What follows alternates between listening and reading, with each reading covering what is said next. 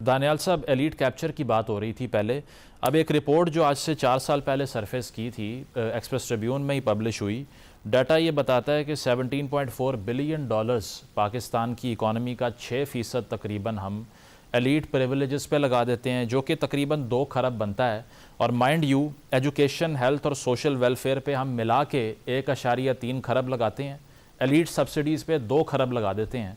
ये मसला कोई एक हुकूमत नहीं हल करना है या सबको इकट्ठे होना पड़ेगा? और ये इतने ज़्यादा बेनिफिशरी जो इस मुल्क में बैठे हुए हैं, इनके लिए कोई सलूशन है, कोई इकोनॉमिक चार्टर, कोई प्लान है किसी के पास रिफॉर्म्स का?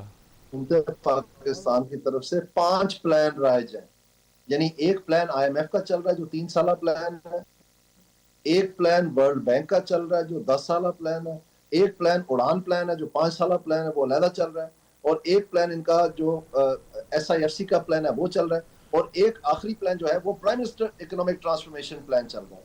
अब प्राइम मिनिस्टर कुल मिला के तकरीबन 50 साल तो बन गए इम्प्लीमेंटेशन यूनिट नहीं, इसमें जो मजेदार बात है मैं आपको बताता हूँ, जो वर्ल्ड बैंक का प्लान है जो कि $400 मिलियन का इस वक्त FBR में एक रिफॉर्म प्रोजेक्ट चला रहे हैं राइज पाकिस्तान के नाम से, उनका ये मानना है कि पाकिस्तान 10 साल बाद ये 15% टैक्स टू GDP रेशो पे पहुंचेगा।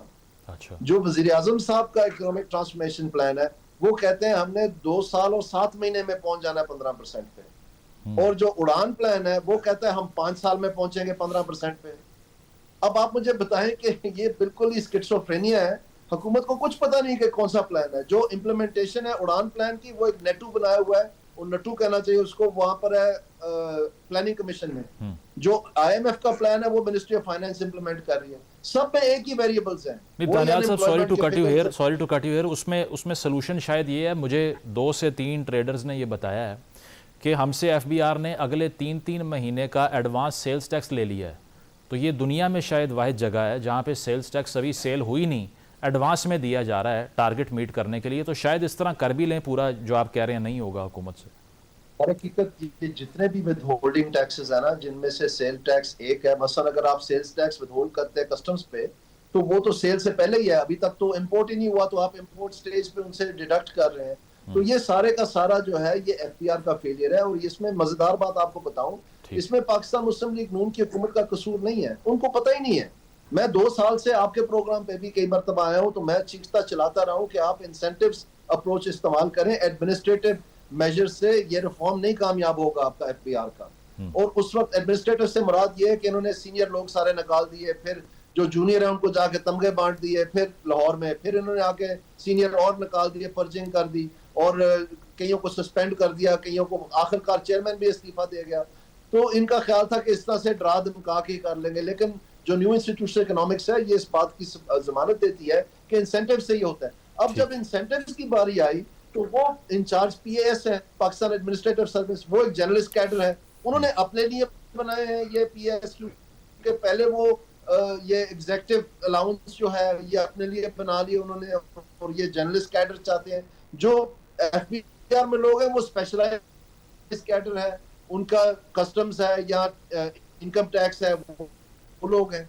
तो इन्होंने एक अजीब भोंडा अंदाज का, जिसमें 20% और ABCDE और 6 माह के बाद जवाब ले लेते हैं, एक स्पेशल कमेटी होगी, वो इनके जो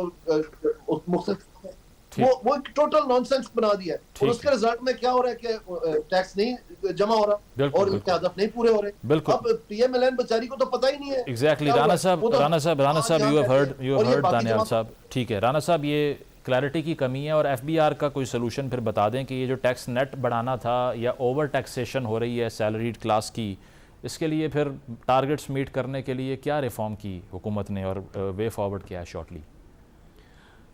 नहीं, देखें, बहुत सारी रिफॉर्म्स हमने की है, डिजिटाइज़ किया है हमने पूरे निज़ाम को, हम कैशलेस इकॉनमी की तरफ जा रहे हैं। 5 लाइसेंसेस जो हैं वो डिजिटल बैंक्स को दिए गए हैं।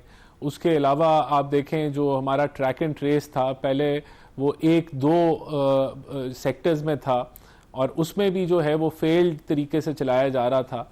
उनको हमने सीमेंट सेक्टर हो गया, शुगर सेक्टर हो गया, आपका टबैको सेक्टर हो गया, उसके अलावा बेवरेजेस में इंट्रोड्यूस कराया जा रहा है, फर्टिलाइजर्स में। तो हमने बहुत सारा ट्रैक एंड ट्रेस के मैकेनिज़्म को जो है मुख्तलिफ सेक्टर्स के अंदर ऐड ऑन किया जा रहा है।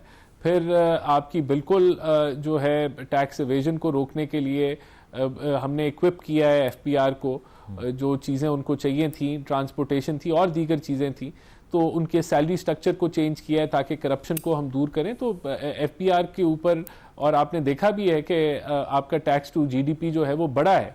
ऑब्वियसली ये निज़ाम अभी परफेक्ट नहीं है और बहुत सारा काम अभी बाकी है, लेकिन हमारा अभी 3 साल का टेन्योर भी मौजूद है जिसके अंदर हम इन चीज़ों को इंश्योर करेंगे कि बेहतरी की तरफ जाए। तो मैं तो समझता हूं कि जब टैक्स टू जीडीपी पीटीआई के दौर में 8% पे था, आज अगर वो 10% पे आया है तो it is a remarkable improvement और हमने इसको 13-14%, 15% पे लेके जाना है अपने टारगेट के मुताबिक। तो ये this is work in progress. ठीक है, और ये रिफॉर्म्स जो हैं obviously it's a long road और ये ओवरनाइट तो हो नहीं सकते, लेकिन जो कंसेंसस उस पर चाहिए वो बिल्ड करना होगा गवर्नमेंट को एट ऑल कॉस्ट। बहुत शुक्रिया राना एहसान साहब, शौकत यूसुफजई साहब, अजीज़ साहब मौजूद थे। ब्रेक लेते हैं, ब्रेक के बाद वापस आएंगे। Stay with us.